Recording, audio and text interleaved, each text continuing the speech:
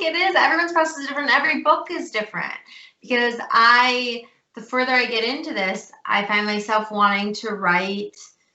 I'm having ideas that are a little bit like meatier in plot. They're like larger than a lot of the more like interior character growth type stories I've told so far. And I'm sure if I decide to pursue one of those, I'm maybe going to need to beef up on some of the structure, concepts, and ideas and maybe plot it out before I write. You know, I think it's also knowing what kind of book you're trying to write. I think that it would be very difficult to write like an epic fantasy series without any thought to the plan. I mean, people maybe do it. I'm not an expert on that, but I would think like so far I've written standalone books. So there's like not the same degree of planning doesn't have to happen, I guess. Do you have a hunger for a long series?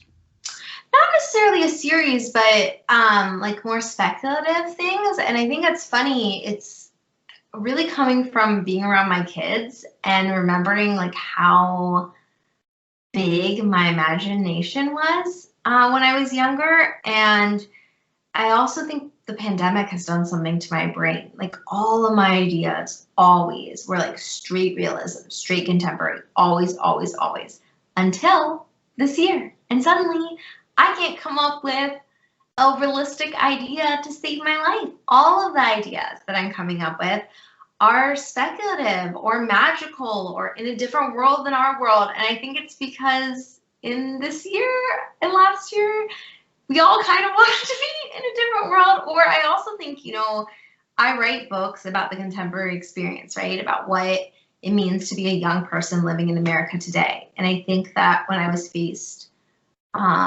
with what was going on with this pandemic, I didn't quite know.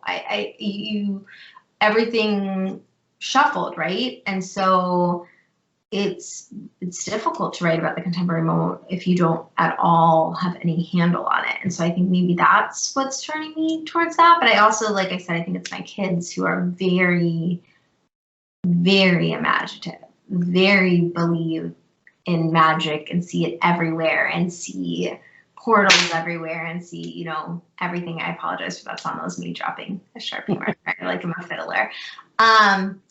So yeah, I think, I don't know if series is in the cards for me. I don't know if I have a long enough attention span to sustain a series. I think you have to be really devoted to do that and organized in ways that I've already revealed myself to not be.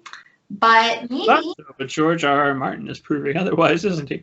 Yeah, but he also has not finished his series. So I'm not sure, like, he's obviously wildly successful, but I'm not also sure that he's like a beacon for proving that that is a sustainable style for writing a series. But no shade to him, appreciation. I haven't read his books. My husband also is a completely different reader than I am. Like, I'm a very probably surprising no one who's read my books, like pretty like favor contemporary stories, and realistic stories.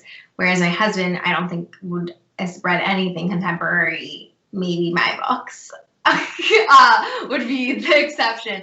A huge fantasy reader. So, and he's very frustrated that that book hasn't come out. And I hear about it a lot. So I am up on knowing that he has not finished the series.